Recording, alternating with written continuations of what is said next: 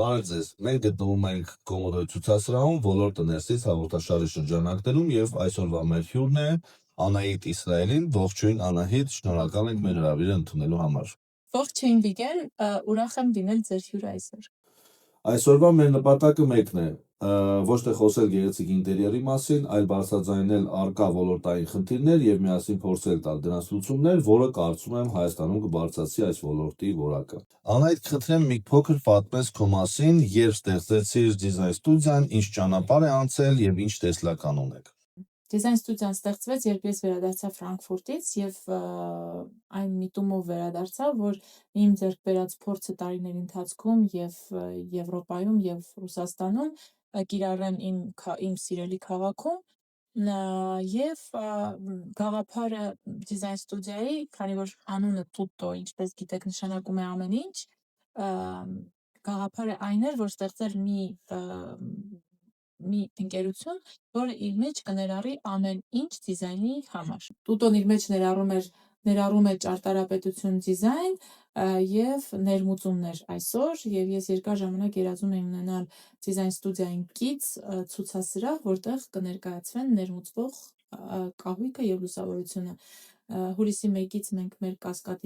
կասկադում գտնվող գրասենյակից տեղափոխվեցինք նոր հասցե, Հերացի 18 հասցե, որտեղ իմ երազանքին մոտենալու քայլերից մեկն է, արդեն դիզայն ստուդիային կից ցուցասրահը։ Հեռանկարը այն է, որ Tutto դիզայն prima di tutto, դա կարգախոսն է Tutto դիզայն ստուդիայի, այսինքն դիզայնը նախ եւ առաջ, բայց Tutto նշանակում է ամեն ինչ, այսինքն ամեն ինչ, բայց դիզայնը նախ եւ առաջ։ Մենք փորձում ենք, մեր նպատակն է մի ընկերությունում ներառել այն ամենը, ինչ պետք է դիզայն պրոյեկտ իրագործելու համար, որ հաճախորդը գա իր համար կոմֆորտնի նստի գեղեցիկ միջավայրում եւ վստահ լինի, որ իր պրոյեկտը իրագործվում է իր պատկերացումների եւ ցանկություններին համապատասխան։ Եվ նկատել եմ նաև, որ ինչ-որ նոր դասընթացներ ունեք դիզայնի հետ կապված, խորապես չեմ ուսումնասիրել, խնդրեմ երկու բառով նաև դա ներկայացնեք եւ ինչ նպատակ եք հետապնդում։ Այո, ունենք նպատակը Tutto ակադեմիա գաղափարի դեպի այդ գաղափարը քայլելն է։ Առաջի քայլը որոշեցինք սկսել արխիկադի դասընթացներից,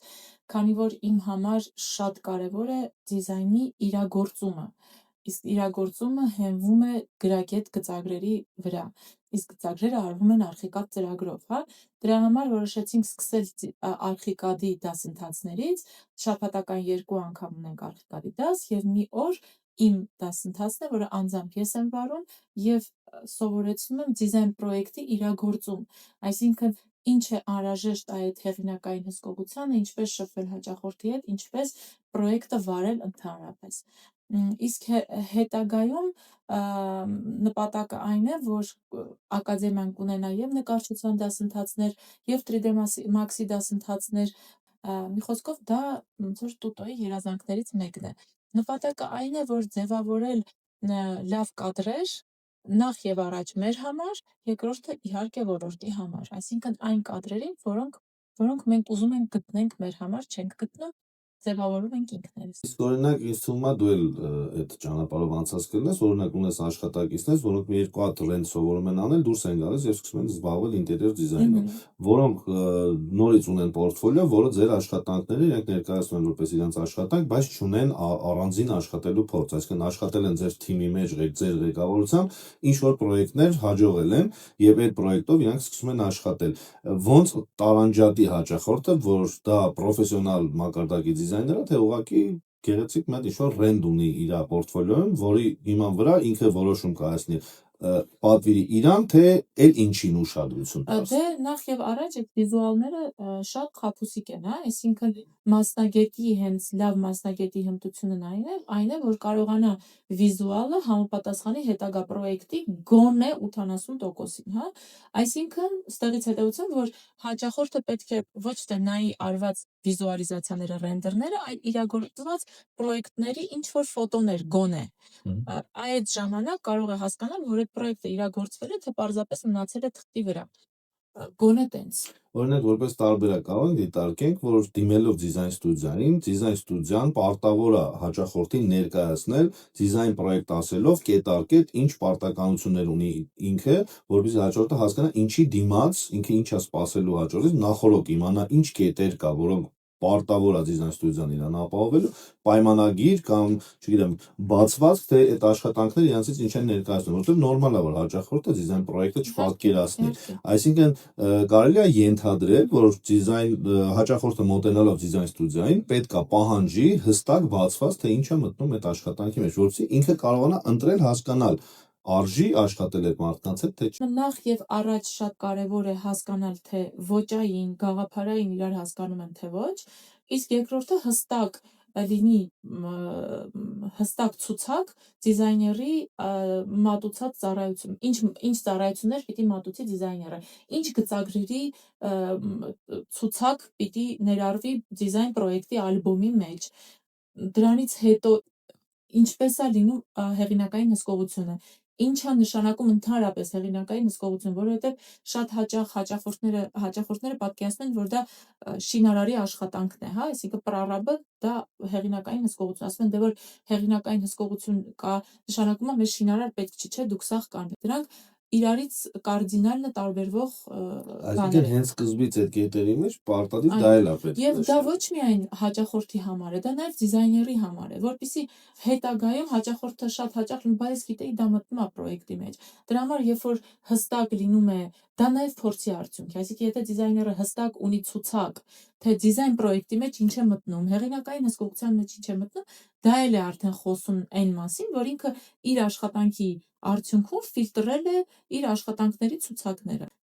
Կարծում եմ դա ոչ միայն հաճախորդի, այլ նաև դիզայների համար է պարտադիր։ Շատ հետաքրքիր բան ասեցիր, օրինակ, որ հասկանում ես, որ այդ դիզայները քոնը չի, այսինքն չեք հասկանում իրար, այսինքն ստացվում է բացային, որ հաճախորդը պետք է ընտրի դիզայն ստուդիան է պետք է ընտրի հաճախորդին։ Իսկ ինչքանով են անկեղծ մեր դիզայներները, որ ասենք պրոյեկտը հասկանալով, որ հաճախորդը իրանցը չի, կարող են բաց թողնել ուղղակի, թողնելով, որ ինքը գնա ուրիշ տեղ, այլ ոչ թե որպես պատվիրատու բռնել ու փորձել մաքսիմում այդ պատվերը իրականացնել։ Ես կարող եմ ասել իմ կողմից, իմ մասին, այսպես ասած, շատ շուտ, հա, երբ որ նոր սկսել էի աշխատել ու նոր ինդիվիդուալ պրոյեկտներ էի վերցնում, այդպիսի փորձ ունեցա, այսինքն երբ որ հաճախորդի պատվեր կար, ես զգացի, որ իրանք իմ հաճախորդները չեն, ու տենց շատ այն ժամանակվա համար իմ համար շատ բարձր գին ասեցի եւ նրանք համաձայնվեցին։ Բայց պրոյեկտի կեսից ես հասկացա, որ ես ուղղակի ուզում եի այդ գումարը հետ տայի ու ասեի ինչ կլինի, եկեք ես այս պրոյեկտը չեմ, որտեղ չի կարողանում ստեղծագործել, որտեղ իրանք ուզում էին ինձնից նենց բան, որը իմ ուղեղի մեջ ուղղակի չէր տեղավորվում։ Ու դա եղավ իմ համար փորձ, որ ես հասկացա, որ ես դրանով ոչ միայն որտեղ դիզայնը դա միայն փող աշխատելու մասին չի խոսքը, ինչպես ասեցի, այդտեղ շատ էմոցիոնալ մաս կա։ Ես հասկացա, որ դա իմ վրա եռակի անգամ ավելի թանկ է նստում, իմ ժամանակը, էմոցիան, ծախսած էներգիան, որի ընթացքում ես կարող էի 3 հատ նմանատիպ պրոյեկտ իրագործել։ Եվ պլյուս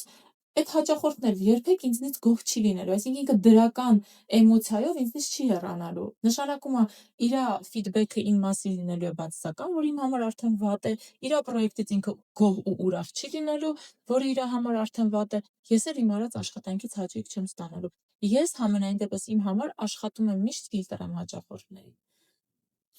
Մի հատ sense հարց, օրինակ sense կարծատիպ կա, որ ստուդիան հավասար է թանկ, անհատը ավելի էժան։ Օրինակ ինչպես ես ընդունում, ինչի համար վճարել ավելի թանկ եւ չգնալ անհատի, ինչ տարբերություն կա։ Բնականաբար ես էլ եմ պատկերացնում, որ ստուդիայի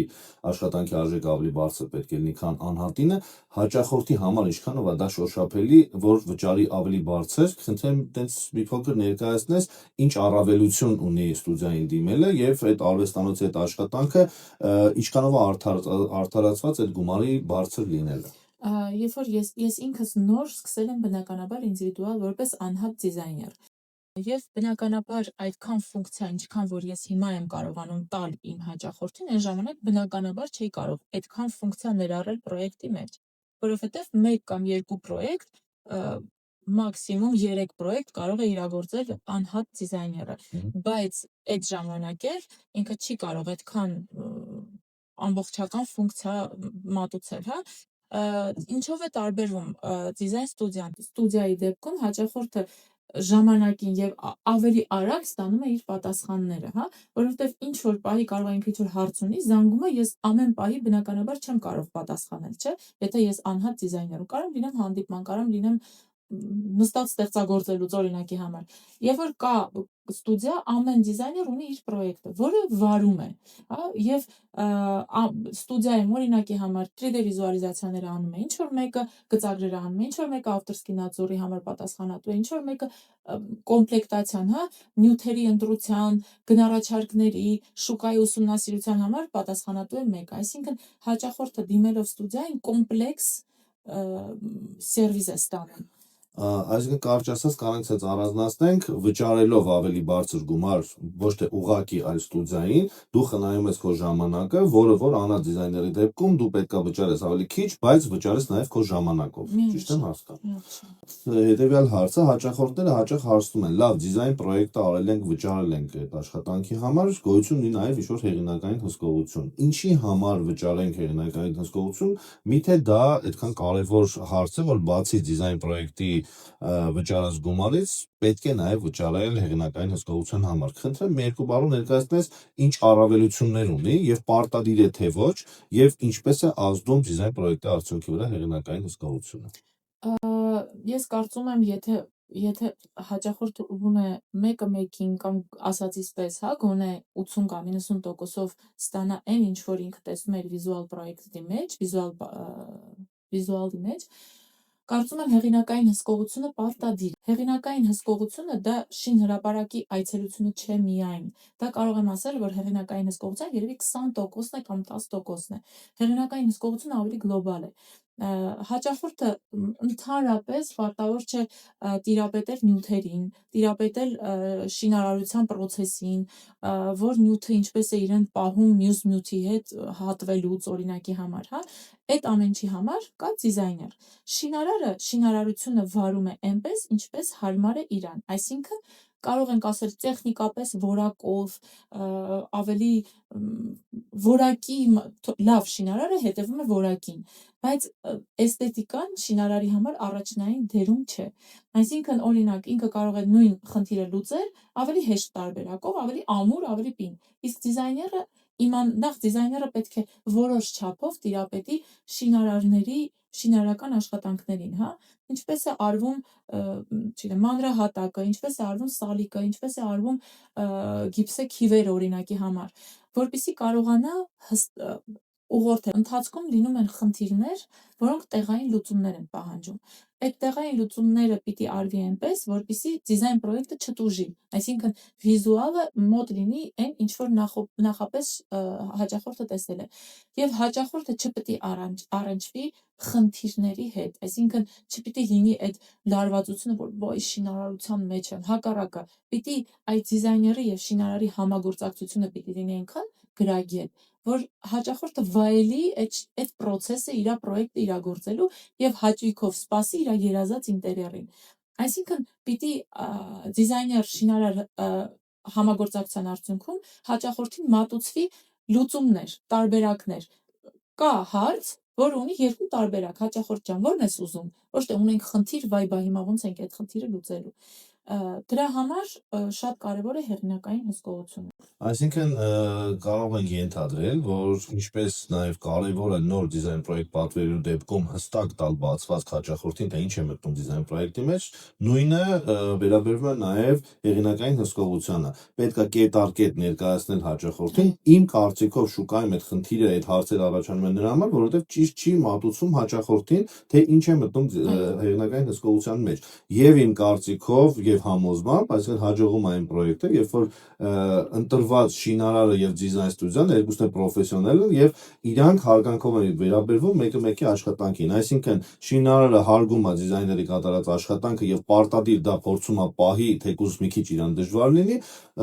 այսինքն ավելի կարևոր է դիզայն ստուդիայի միջոցով նույնիսկ գտնել շինարար, որպեսզի իրանց ունեցած համագործակցության եւ փորձի արդյունքում կարողանան ստանան իդեալական պրոյեկտ եւ հաճախորդին հնարավորինս չներգրավեն այդ շինարարական process-ի մեջ, չծանրաբեռնեն, այսինքն նկարը դարձնեն իրականություն ուղղակի եւ մարդը մտնի եւ Այո, ապրի։ մի բան էլ կարող եմ հավելել, շատ այդպիսի կարծիք կա, որ հեղինակային հսկողություն դա ավելորդ ծախս է, ես կասեմ լրիվ հակառակը, որովհետեւ գրագետ մասնագետի հետ արդյունքում դու ունենում ես ճիշտ նյութերի ընտրություն եւ արդյունքում շատ ես խնայում, ոչ թե ունենում ես ծախս։ Այսինքն դու կարող ես գնաս ընտրես մի բան, որը կարիք չկա այդ թանկը առնելու, այդ տեղում կարող ես խնայել, բայց մյուս տեղում արժի սրան ավել գումար վճարել եւ այդպես, այսինքն դիզայները պիտի կարողանա այդ բալանսը պահի եւ դիզայները պիտի հանդես գա հաճախորդի կողմից, պիտի պահի հաճախորդի շահերը, պիտի փորձի նենց անի, որ հաճախորդը վերջում ունենա, այսինքն նենց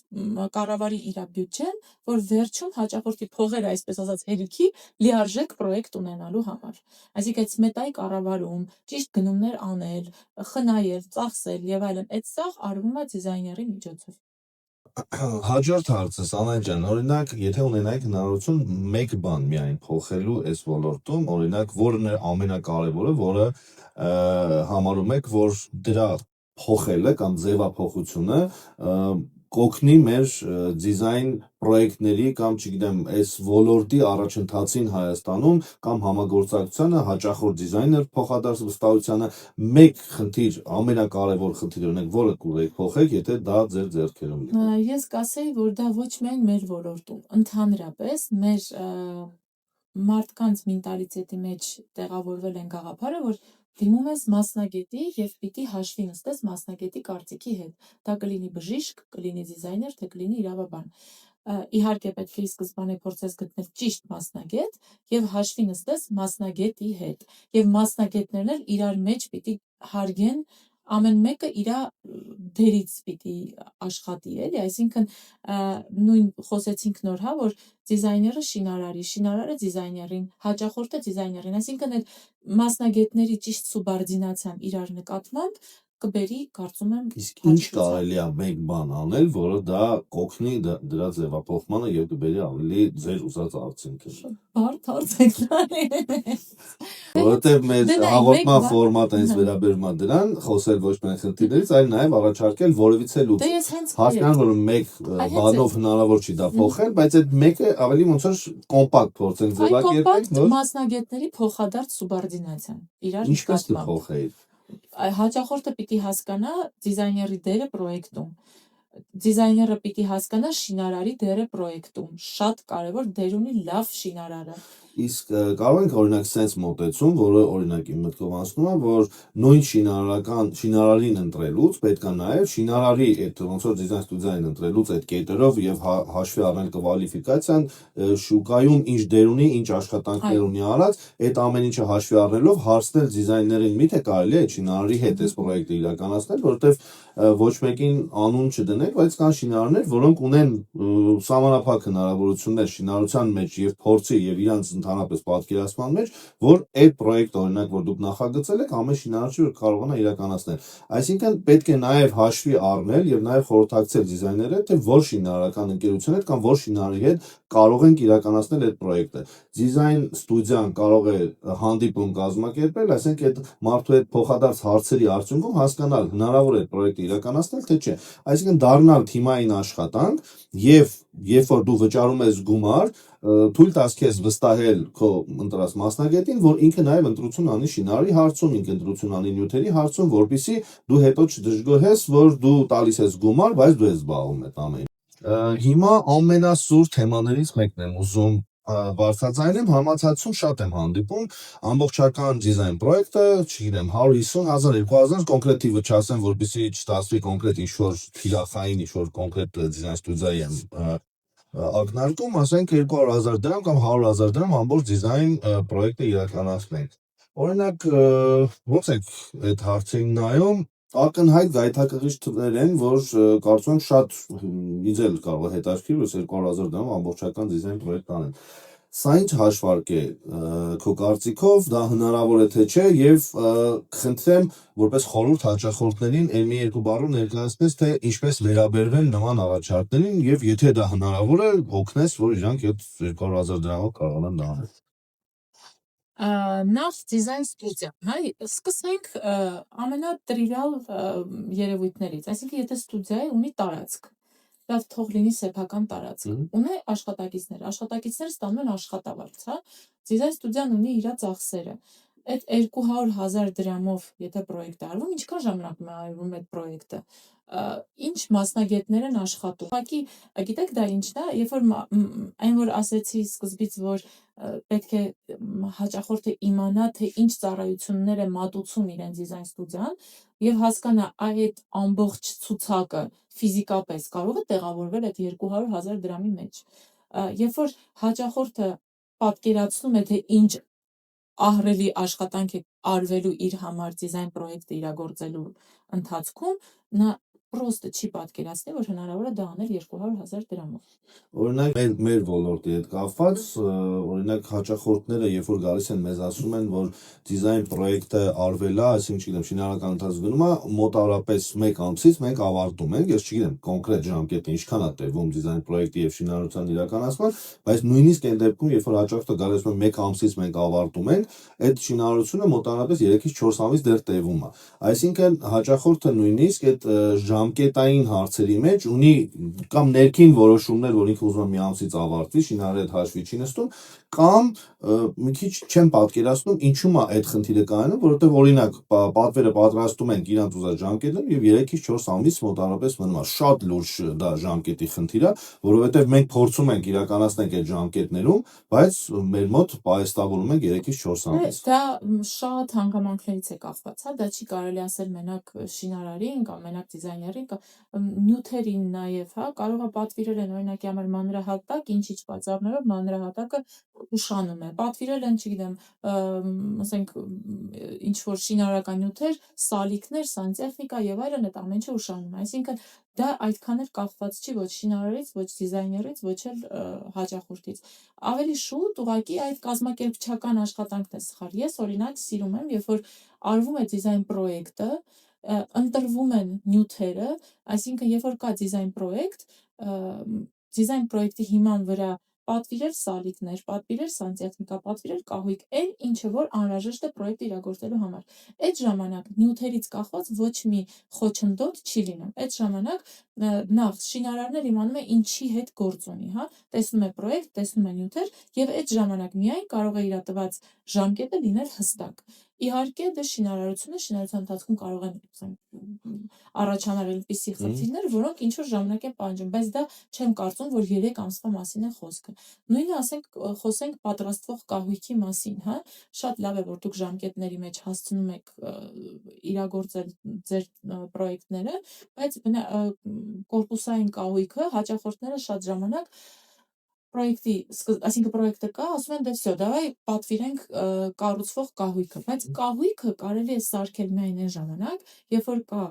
առաստաղ հստակ եւ գոնե ընտրված նյութ, թե ինչ, ասենք մանրահատակ է, թե սալիկ է, այսինքն հստակ բարձրություն, որովհետեւ այդ բոլոր ներկառուցվող կահույքը պիտի կարողանան չափագրել։ Չափագրելուց հետո պիտի արդեն մեր գծագրերի հիման վրա կահույքագործը գծի իր ինժեներական գծագրերը, հաստատի հաճախորդի հետ, հետո նոր պատրաստվի այդ ամեն ինչը։ Դրա համար շատ ժամանակ շինարարությունից հետո էլ երկար տևում է այդ պատրաստվող կահույքի աշխատանքները, բայց այդ ամեն ինչը պետք է սկզբից նախատեսել, այսինքն սկզբից պատկերացնել, հաճախորդն էլ պիտի պատկերացնել, որ չի կարա շինապատերը շարեցին, վсё, կահույքը սկսում ենք սարքել, հնարավոր չի դա։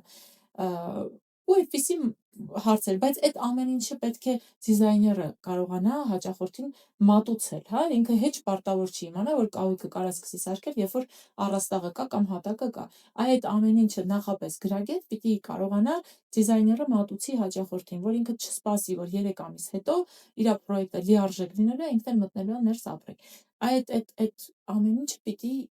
հենց կակրած դիզայները պիտի կարողանա ճիշտ ինֆորմացիա տալ հաճախորդին։ Իսկ կարծում եմ, որ խանգարող հանգամանքներից մեկը նաև հաճախորդի ընթացիկ փոփոխություններն են, ենթադրում եմ, այսօր աշխարհի ինֆորմացիան այնքան շատ է, որ մարդիկ, չգիտեմ, մի օրով թռնում են Փարիզ հետ են գալիս, մի բան տեսնում են, ասում են, այս կարանք օգտագործենք ինտերիերով։ Մենք կարող ենք հասկանալ եւ հաճախորդին բացատրել, որ գիտես ինչ, հարգելի հաճախորդ, իհարկե հնարավոր է, բայց այսքան ժամանակով դու հետ ես։ Այդ կալկուլյացիան ներկայացումը հաճախորդին հաճախորդին, թե ոչ, որովհետև երբ որ հաճախորդը ընդունված է, որ հաճախորդին չի կարելի ասել, բայց կարծում եմ, որ չասելուց բացի կարելի է նաև իրենց զգուշացնել հետագա խնդիրների ու ծախսվող ժամանակի մասին, որովհետև ունի շինարար վճարվող աշխատավարձով, ունի ձեր նշած հեղինակային հսկողությունը ամիսներ է երկարում եւ դրա համար ինքը եթե պատրաստ է վճարելու, իհարկե կարելի է անել։ Ես կարծում եմ, որ մեր հաճախորդներին կարելի է այդ ամեն ինչի մասին ավելի ինֆորմացնել, որ չենք ասում, բայց ամեն դեպքում օրինակ նույն մեր պատրաստող կահույքի մեջ մենք չունենք գրեթե չէ բառ, բայց ասենք այդ չեն ենթադրում է ժամկետ։ Պետք է գնահատել եւ ընդունել, որ մենք իհարկե պատրաստում ենք ձեր ուզածով, անում ենք այս փոփոխությունը, բայց եւս 2 ամիս ձեր շինարարությունը հետաձգվելու է, եւս 2 ամիս հեղինակային հսկողությունը հետաձգվելու ու պլյուս ձեր ասած կահույքը հետաձգվելու է եւս 2 ամիս հետո նոր սկսելու են արտադրել։ Օրինակ բերեմ, հա, վերջերս արված պրոյեկտներից, որ օրինակ, հա, հատակագիծը լրիվ հաստատված է հաճախորդի հետ, վերջ ուրախ երջանիկ հաճախորդը գնում է, մեր թիմը սկսում է աշխատել պրոյեկտի վրա, այսինքն բոլոր հատակագծեր, տեխնիկական, հա, էլեկտրիկա, թացկետ եւ այլն, պատերի փռվածքներ եւ այլն, այսինքն համարյա փաթեթը մոտենում է իր տրամաբանական ավարտին, հաճախորդը գալիս է ասում է, բանը, որոշեցի պլանիրովկան փոխեմ։ Իրանց թվում է այդ պատկերացումը պիտի լինի, այսինքն եթե ես պլանավորել եմ, որ վсё հատակագիծը հաստատվեց, նշանակում օրինակ X ժամանակ ընթացքում իմ աշխատակիցը այս պրոյեկտը կավարտի, կանցնի մյուս պրոյեկտին, այսինքն ես մյուսին եմ, չէ, ժամկետ ասում, որ գիտես, այս ժամանակից հետո ես կարող եմ քո պրոյեկտը սկսել օրինակ։ Եվ այդ պատկերացում պիտի, այսինքն այդ փոխադարձ այդ գնահատել աշխատանքը, նշանակում է ես լրիվ պրոյեկտը պիտի փոխեմ, այսինքն այդ չգիտեմ, 2 շաբաթը, որ իմ աշխատակիցը ծախսել է, եւս 2 շաբաթ է պիտի ծախսի։ Ես իրան պիտի դրա համար վճարեմ, այն մի հաճախորդից պիտի ասեմ կներես, բայց չեմ հասցնում, ես քեզ խաբեցի ժամկետների մեջ, բայց ես չեմ խաբել, այսինքն այսինքն այդ մոտեցումը պիտի հասկանան, որ դա ուղղակի պլանիրովկա փոփոխություն չի, էլի, դա ամբողջ 2 ամսվա աշխատանք է կամ մի ամսվա աշխատանք է, որի համար կամ պիտի համապատասխան վճարվի, կամ էլ պիտի համբերեն, բնական է, եւ պիտի համբերեն, եւ պիտի համապատասխան վճարեն։ Հասկանալի, այսինքն մաքսիմալ պետք է հաճախորդի հետ լինել անկես, բաց եւ իրան ներկայացնել, ոչ թե մենք մերժում ենք քեզ, այլ ներկայացնում ենք, թե ինչ խնդիրներ եւ ինչ ժամկետների հետ մենք ունենք գործ։ Մի բան էլ ասեմ, որ իմ շատ գործի մեջ աշխատող մարդը, կարծում եմ, հարգում է դիմացինի արված աշխատանքը։ Եվ երբ որ դու գրագետ բացատրում ես, որ դու այսքան աշխատանք ես արել, յուրաքանչյուր adekvat մարդ գնահատում է եւ ճիշտ է վերաբերվում դիմացինի արած աշխատանքին, որովհետեւ ինքն էլ ուրիշի համար է աշխատանք անում եւ սպասում է գնահատական։ Ուղղակի կարծում եմ, սենց ինչ-որ խնդիր կա, քանի որ մեր ոլորտում կա այդ նման խնդիրը, կարծում եմ բոլոր ոլորտներում կա, օրինակ պատվեր վերցնելու համար շատերը հաճախորդը մոտեցել է շատ կարճ ժամկետով, չի պատկերացել կամ միգուցե դիզայն ստուդիան իրան նախորդ չի զգուշացրել, որ այս փուլում արդեն դու պարտավոր ես գնաս դա պատվիրես, որպեսզի, այսինքն ներկը քսելուց հետո կարողանաս վերջնական պրոդուկտը ունենաս, ոչ թե նստես սպասես։ Վերջի րոպեին հաճախորդը, չգիտեմ, կամ հիշում են դրա մասին եւ գալիս են պատվիրելու, մենք լինելով անկեղծ եւ բաց հաճախորդին, փորձում ենք ոչ մի տեղ չստել, ասում ենք, որ մենք այդ ժամկետների մեջ չենք կարողանա դա արտադրել, բայց կան ընկերություններ, որոնք ասում են, հա, իհարկե, ոչ մի խնդիր չունենք եւ շինարարությունը մեկը հետաձգվում է եւ այդ ժամկետները դառնում է ոչ ակտուալ, այսինքն մենք կարող ենք վերցնենք այդ կարճ ժամկետը, դա բարձում է հաճախորդի ցանկություններ, այլ ոչ թե դա պարտադիր է։ Ձեր ոլորտում էլ նմանատիպ խնդիրներ կարծում եմ լինում են, երբ որ օրինակ, չգիտեմ, շինարարը կամ ինչ-որ մեկը չի ասում հաճախորդին, ասում է իհարկե հնարավոր է, բայց բնականաբար դա խելամիտ սահմաններում հնարավոր չի անել եւ արդյունքում ստացվում է դիզայն պրոյեկտն է տուժում, ժամկետներն են երկարում, հաճախորդը դառնում է դժգոհ նույն դիզայն ստուդիայից, որ մենք նորից անդրադառնամ այդ թեմային, որտեղ շատ ցավոտ է, կարծում եմ, մենք նորից եւս 1 ամիս հետաձգեցինք հեղինակային հսկողությունը, մենք վերջը պայմանավորվել ենք 3 ամիս, ինչի ձգվել, այսինքն ամեն ինչ, ես կարծում եմ, միակ լուծումը է այս ամեն ինչի, խնդրում եմ ուղղես, եթե սխալ եմ, կոնկրետ յուրաքանչյուր հարց նմանատիպ որ փոփոխությունը պետք է հստակ հաճախորդին ասել այո, բայց դա իրանից ենթադրում է այսքան գումար եւ այսքան ժամկետ, որպեսզի հաճախորդը կոնկրետ ժամանակին կարողանա որոշում ընդունի։ Կանգնացնում է շինարարությունը, հեղինակային հսկողությունը, թե այդ քայլին գնա, թե ոչ։ Այդտեղ մի բան էլ հավելեմ, այո, պիտի անկեղծ լինել, բայց պիտի մեջքը պինդ լինի, այսինքն այն թիմը, ում հետ դու աշխատում ես, պիտի քեզ հետ այն առուժանոսիցները, հա, ոնց որ գնում են պատերազմի մեջ, հետևից գալիս են։ Այդ թիմը պիտի ուժեղ լինի, այսինքն դու մենակ չես կարա այդ ամեն ինչը անել, հա, պիտի կահույքագործը, այ ձեր փափուկ կահույքի արտադրողը, չոր կահույքի արտադրողը, ներմուծողը, շինարարը, բոլոր մատակարարները պիտի լինեն այն մարդիկ, ում հետ դու փորձ ես ունեցել եւ նրանք քո մեջ կպինդեն պահել, որովհետեւ օրինակ, հա, ես փորձ եմ ունեցել, որ ճարտարապետությունը արվել է մեր կազմակերպության կողմից, ինտերիերը արել ենք մենք, շատ հետաքրքիր պրոյեկտ էր, հասել ենք կահույքին, կահույքագործի պատճառով, ուշացնելու պատճառով, այսինքն բոլոր ժամ, լավ մի ամիս, լավ 2 ամիս, լավ 3 ամիս, մի տարի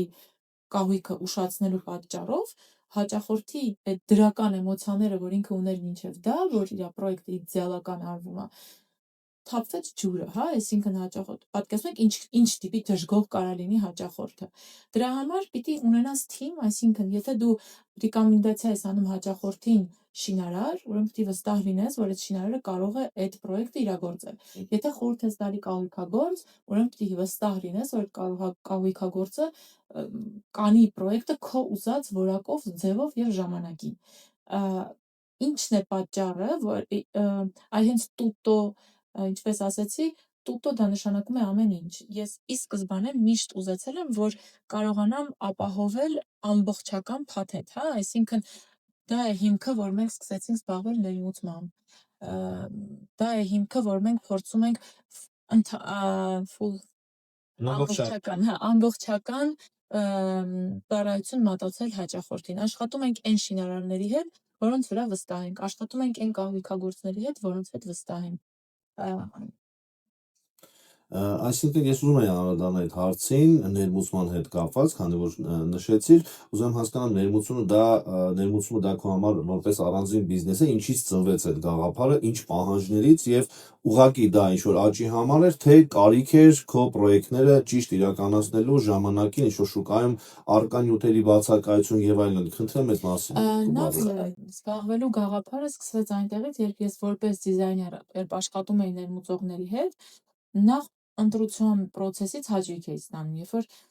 կատալոգով ընտրում էի էլեմենտը, հետո դրա նյութերն էի սկսում ընտրել, հետո երբ որ գոյություն ունեցող Երևանի իր ընտրված արդեն իրերի հետ կարողանալ այդ համադրելը, տարբեր բրենդերի մեջից նյութերը իրար հետ համադրելը, ու երբ գալիս էր այդ ապրանքը ու արդյունքում ինտերիերում իդեալական նստում էր, ես դրանից գերագույն հաճույք էի ստանում։ Եվ ինձ դուր չէր գալիս, որ երբ որ ես ներմուծողի հետ աշխատում եմ ու ինչ որ ասենք մի հատ կրեսլո էի ուզում, մի բազմոց էի ուզում, բասկաթոռ։ Ասենք ասում են օրինակ այդ մի հատը չենք կարա բերենք կամ այդ չունենք կամ այդ չկա կամ ինչ որ չտար իմ համար, դա ինձ ոնթատ ջղայնացնում էր, էլի ու միշտ մտածում եմ, ասում եմ, որ ես անեի այդ կբերեի ամեն ինչ կկա, մի խոսքով։ Այսինքն ես ուզում էի անեի նենց, ոնց ես կուզեի դա լիներ։ Հետո երբ որ ուղղակի որպես դիզայներ որոշեցի այցելեմ ցուցահանդեսները միջազգային, կա տենց ժամանակ հունվարից հետո, որ եւ Ֆրանկֆուրտում կա ցուցահանդես, եւ Քյոլնում, եւ Փարիզում։ Առաջին ցուցահանդեսների շարքը եղել այդ ժամանակ։ Ես նախ շատ ոգևորված վերադարձել էի, որովհետև տեսել էի ռեալ այն ամեն ինչ, ինչ որ տեսնում էի կատալոգների կամ ինտերնետում, ռեալ տեսնել էի, ռեալ շոշափել էի, նստում էի այդ բազմոցի վրա, տեսնում էի բոլոր մատերիալները, այսինքն շատ մեծ ոգևորությամբ վերադարձել էի։ Ու այդ ժամանակ աշխատում էի Պիրամիդա դիզայնում, երբ անում էինք Ամերիաբանկի, ես սարքում էի տենդերային առաջադրանքը կահույքի։ Ու այդ առաջադրանքը սարքելուց արդեն այն մշլենյայով կահույքի այդ դետալներ ընտրելու, երբ որ ես սարքում էի այդ առաջադրանքը, որոշեցի, որ ինչու ոչ, ինքս փորձեմ մասնակցել այդ տենդերային տենդերին։ Ու ղեկավարիցս թույլտվություն հարցնելով, որ կարող եմ ես ինքս էլ մասնակցել, ասեց ինչու ոչ, տենց առաջի փորձս դա էր, տենց այդ ցուցահանդեսներից հետո ինֆորմացիա հավաքելով մի ամիս մենակով այդ 5 լոտ էիմ ստեղծած, 5 լոտին ամեն մեկին 3 առաջարկ պատրաստելով էժան, միջի եւ թանկ սեգմենտում, մի խոսքով մասնակցեցի այդ տենդերային տենդերին։ Դա եղավ առաջի քայլը։ Դրանից հետո Դրանից հետո մեկնեցի Մոսկվա եւ իմիջայլոց այդ տենդերի առաջի փուլը անցել էի արդեն Մոսկվայում եւ հրաժարվեցի ստիպված, որովհետեւ կամ պիտի Մոսկվայի աշխատանքս թողնեի վերադառնայի Հայաստան, կամ մեկը կամ մյուսը, երկուսը իրար չէր լինի։ Երբ վերադարձա Երևան, Մոսկվայում էլ հետաքրքիր էր, որ ընդունվել էի աշխատանքի այնպիսի ֆիրմայում, որտեղ ֆիրման զբաղվում էր ճարտարապետությամբ, դիզայնով եւ ներմուծմամբ։ Ինձ այդ, այսինքն դա իմ այն երազանքն էր, որը ես ուզում էի ունենալ հետագայում, գտնվում էի այդպիսի միջավայրում։ Եվ վերադառնալուն պես ես որոշել էի, որ եթե ես ունենամ ստուդիա, այդ ստուդիան լինելու է այդպիսին, այսինքն ճարտարապետություն, դիզայն եւ ներմուծում։ Մի խոսքով վերադարձա ու արդեն կարող ենք մեր հաճախորդին օրինակ ներկայացնել, որ դիմելով ձեզ որպես Tuto Design ստուդիա, դուք կարող եք ճարտարապետական նախագծումից շինարարական ընթացք, ինտերիեր դիզայն, վերահսկողություն, ամբողջական փաթեթը ապահովել կահավորումով եւ հաճախորդին ուղղակի վերջում բանալին վերադարձնել, ընդհանրապես հաճախորդին մնում է համեմատել ռենդը կատարված եւ վերջնական պրոդուկտի հետ, այսինքն բնակարանը ամբողջովին հանձնել, հա, ճիշտ եմ հասկանում։ Ամբողջ նպատակը դա է։ Շատ հաճելի է, շատ ոգեշնչող ու շատ պրակտիկ զրույց էր եւ վերջում կուզեմ մեկ ուղերձով դիմես մեկ լսարանին, ինչ խորհուրդ կտաս այն մարդկանց, ովքեր հիմա մտածում են նոր ինտերիեր, նոր տուն, նոր տարածք ստեղծելու մասին։ Ինչպես սկսեն եւ ինչ հաջորդականությամբ։ Նախ շատ կարևոր է վիզուալ ինչ որ պատկերացում, այսինքն շատ ավելի ճիշտ արդյունքի են հասնում հաճախորդի հետ, եւ հաճախորդը գոնե պատկերացնում է ինչ է ուզում ստանալ, հա,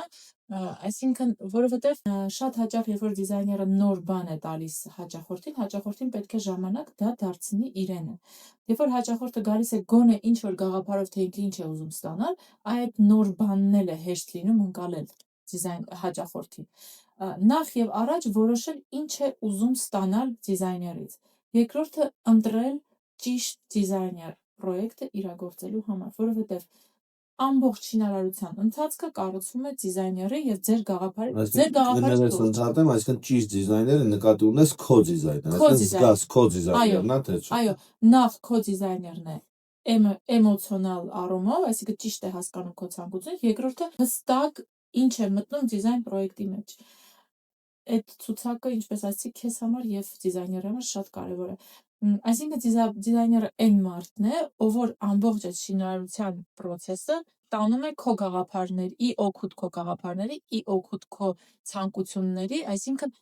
ոնց որ քո ներկայացուցիչը լինի այդ պրոյեկտում։ Դրա համար ինքը պետք է լինի շատ քոնը, որ կարողանաս իր հետ իրագործես ամբողջ process։ Շնորհակալ եմ Անահիտ ջան, անկեղծ եւ հետաքրքիր զրույցի համար, շնորհակալ եմ նաեւ հանդիսատեսին, ովքեր լսեցին կամ դիտեցին մեզ։ Սա մեր ձևաչափի մեջ առաջի հաղորդումն էր Կոմոդոյի ցուցասրահից Tuto Design ստուդիայի հետ համատեղ։ Եթե ունեք ոլորտային հարցեր, խնդիրներ, որոնց մասին կուզենաք բարձրաձայնել, թողեք մեկնաբանություններում կամ ուղիղ կապ հաստատեք մեզ հետ։ Ոլորտը ներսից հաղորդաշարի շրջանակներում մենք փորձենք բարձրաձայնել ձեր բոլոր խնդիրները։ Ձեզ հետ ենք Վիգեն Պողոսյանը եւ Անահիտ Իսրայելին։ Կտեսնվենք։